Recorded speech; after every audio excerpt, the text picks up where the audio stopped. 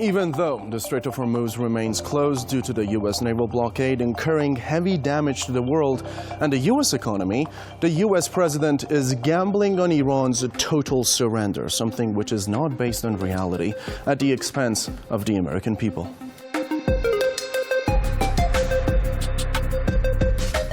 Coming up in today's program, is Strait of Hormuz crisis. It is a crisis that has crossed all economic red lines. The U.S. naval blockade of the Strait of Hormuz has impacted economies across the world, including the U.S. Supply chain bottleneck. There have been a supply chain bottleneck in many major sectors, impacting the final product coming out of the factories, from inks to even disabling manufacturing. And our third headline, U.S. and world economies suffer. It comes as no surprise that the world economy is suffering as a result, including the U.S. itself, in which inflation and consumer spending are consequences of U.S.'s illegal aggression against Iran. We're going to be discussing those points and a whole lot more with Mohammad Kabir Hassan, professor of finance at the University of New Orleans, and Adrian Pine, political analyst, activist, and author.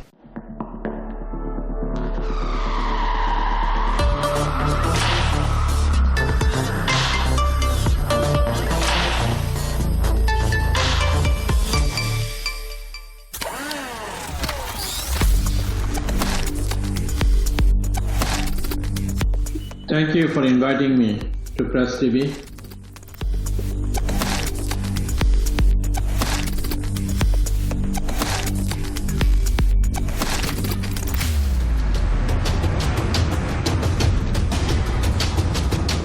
The shortages are serious because the Strait of Hormuz is not just an oil route, it is a global industrial lifeline. When you hear the Japan's largest snack maker shifting some flagship products to black and white packaging because of shortage in color ink ingredients, may sound like a minor consumer story, but it is actually a warning signal. Naphtha, which is derived from crude oil, is used in petrochemicals, plastics, packaging, and printing ink. So when the Strait of Hormuz is disrupted, the impact does not stop at gasoline prices. It moves through factories, packaging, transport, food distribution, and consumer goods.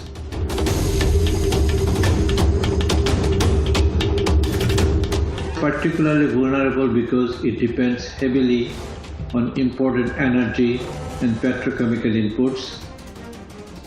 Calvi's packaging chain shows how a geopolitical shock in the Middle East can quickly appear on a supermarket shelf in Tokyo or even in the US, Asian grocery stores. The product inside may remain the same, but the supply chain around the product has become more fragile.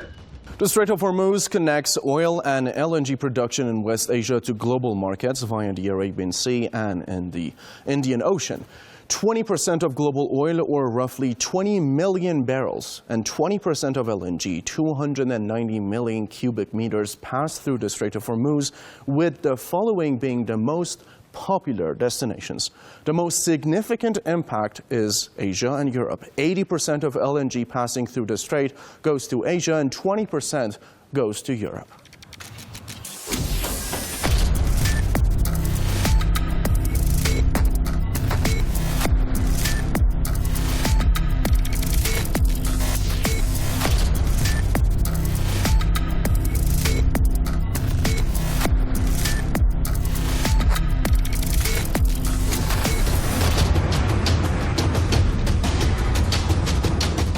Is that preventing Iran from acquiring a nuclear weapon is so important, the short-term economic hardship is acceptable.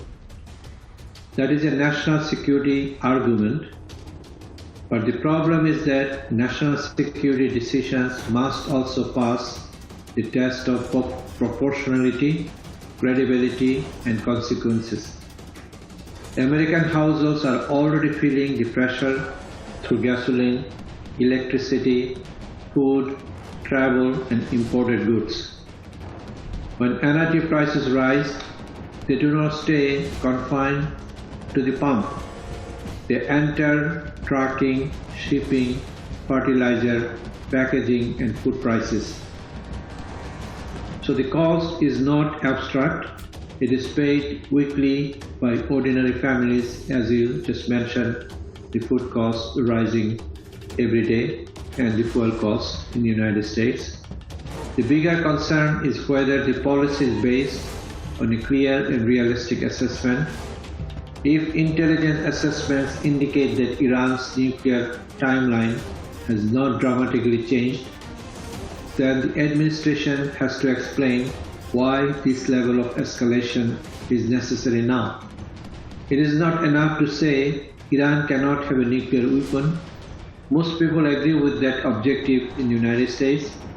The real question is whether the chosen strategy reduces the threat or creates a larger regional and economic crisis.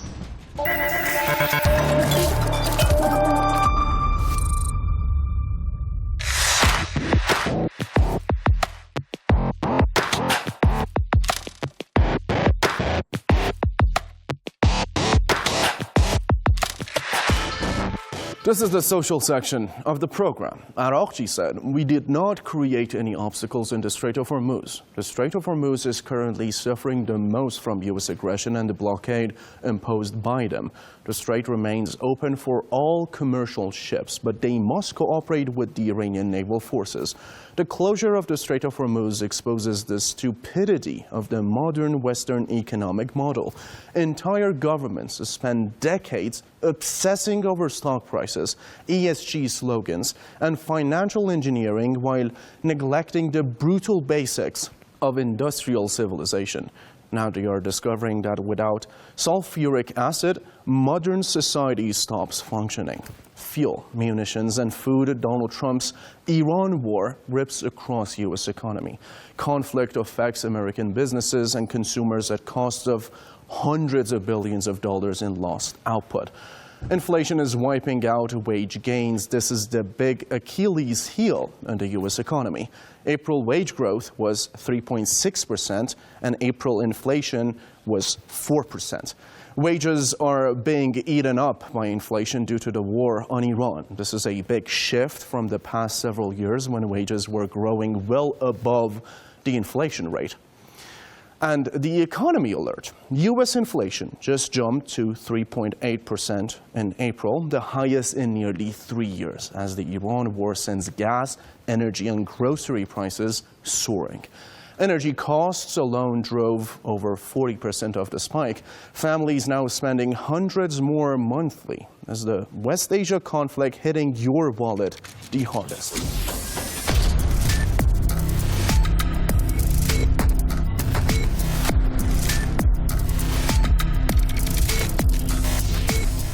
Happy to be here.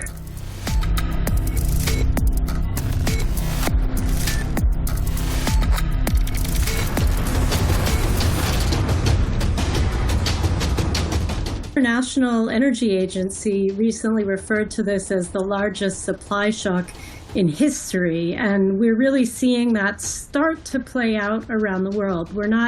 I would say that shortages, we're not feeling directly as consumers just yet in the United States, except in the area of everything, of the costs that we have.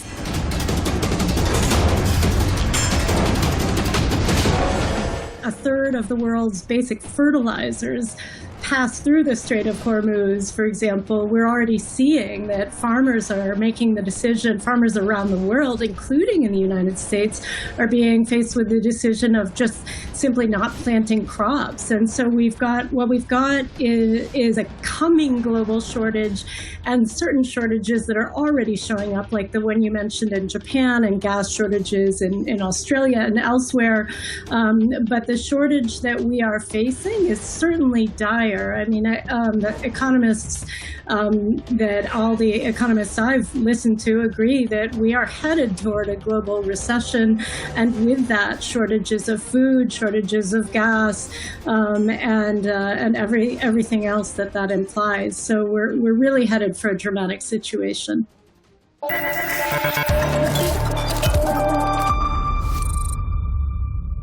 When it comes to Europe, industrial sectors have demonstrated varying degrees of sensitivity to energy price volatility.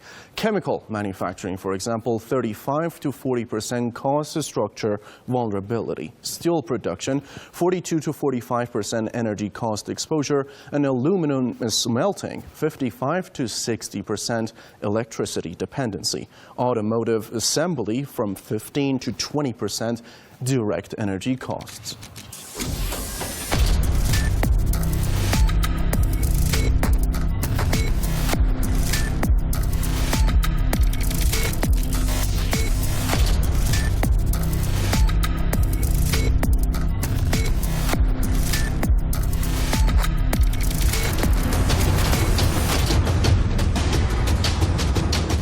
To what extent Trump has thought this through, because it appears that he's really not thinking at all. What is clear, as you say, is that he has complete disdain for Americans, for people living in the United States, whether they're citizens or not. Obviously, if they're not citizens, he hates non-citizens.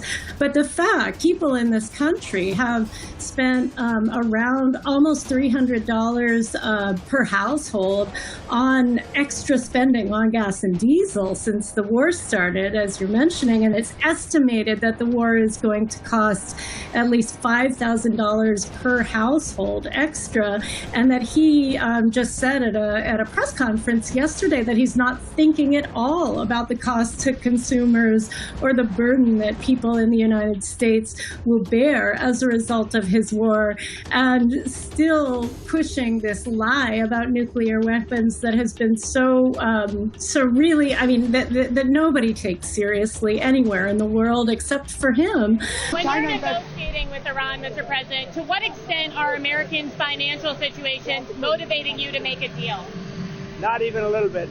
The only thing that matters when I'm talking about Iran, they can't have a nuclear weapon. I don't think about Americans' financial situation. What'd you make of that?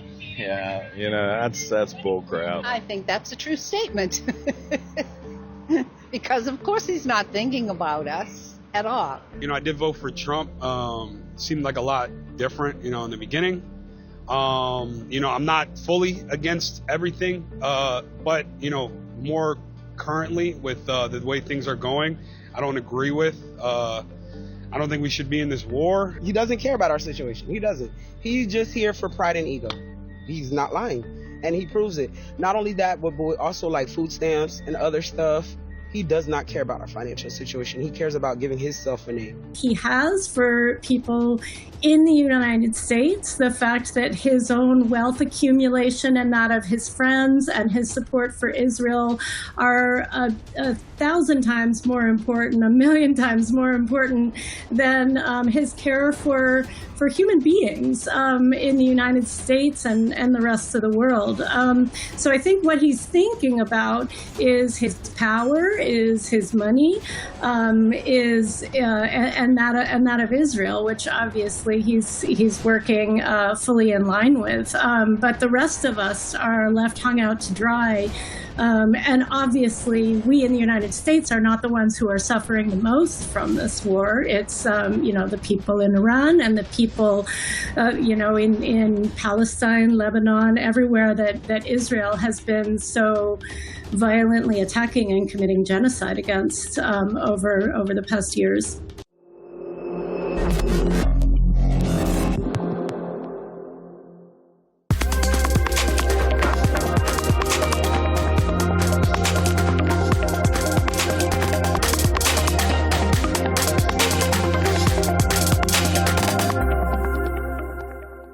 This is the Info News section of the program. Iran war, impact on the globe. Japanese snack giant resorts to black and white bags of potato chips as Iran war literally sucks color out of the world. Calbee, which controls half of Japan's snacks, will switch to monochromatic packaging because of supply instability affecting certain raw materials. Iran and U.S. talks. Iran won't enter a second round of talks with the U.S. unless 5 points are met by Washington. The 5 points are these: ending the war on all fronts, compensating war damages, releasing frozen assets, a lifting of all sanctions, recognition of Iran's sovereignty over the state of of Hormuz, Iran war and the war impact. The continuing crisis in Iran and the subsequent closure of the Strait of Hormuz have exacted a heavy cost worldwide, in addition to the steep price of military expenditures, destroyed infrastructure and human lives lost. Global shortages of fuel, fertilizer, and more have driven up costs everywhere. And Trump's lack of concern. President Donald Trump has said that Americans' economic pain is not his concern when it comes to the U.S. and Israel's illegal war against Iran. When asked at the White House on Tuesday if Americans' financial situations were motivating him to strike a deal with Iran, Donald Trump said, "Not even a little bit."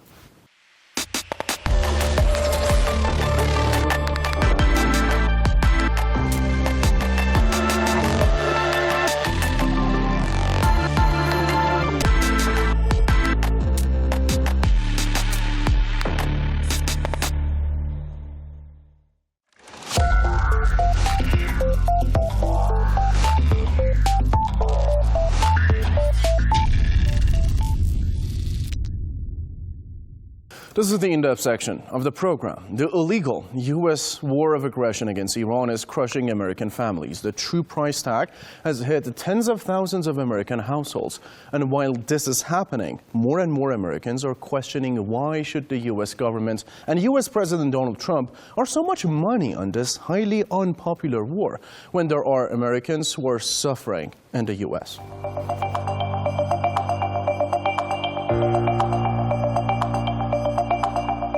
In order to get a gauge of how much this war is costing American taxpayers, we will look at the costs of the war overseas, inflation versus wage growth, the real inflation, the consumer crunch, and the Wall Street impact. When it comes to how much money the U.S. has spent on this illegal aggression, the true figures are just beginning to surface. In total, $25 billion was reported as the true cost of the war. Then it was increased to $50 billion. But Iran's Foreign Minister Abbas Araghchi believes the figure is much higher. He accuses the Pentagon of lying. He said that Netanyahu's gamble has directly cost the U.S. $100 billion so far, 4 times than what the Pentagon claimed at first. He adds that the indirect costs for the U.S. taxpayer are far higher. That's the monthly bill for each American household is about $500 and rising fast. Israel first always means America last. The hidden price tag for the main street is not what meets the naked eye or is even felt on the surface, but it is affecting Americans' pockets. Inflation is wiping out wage gains. This is the big Achilles heel in the U.S. economy.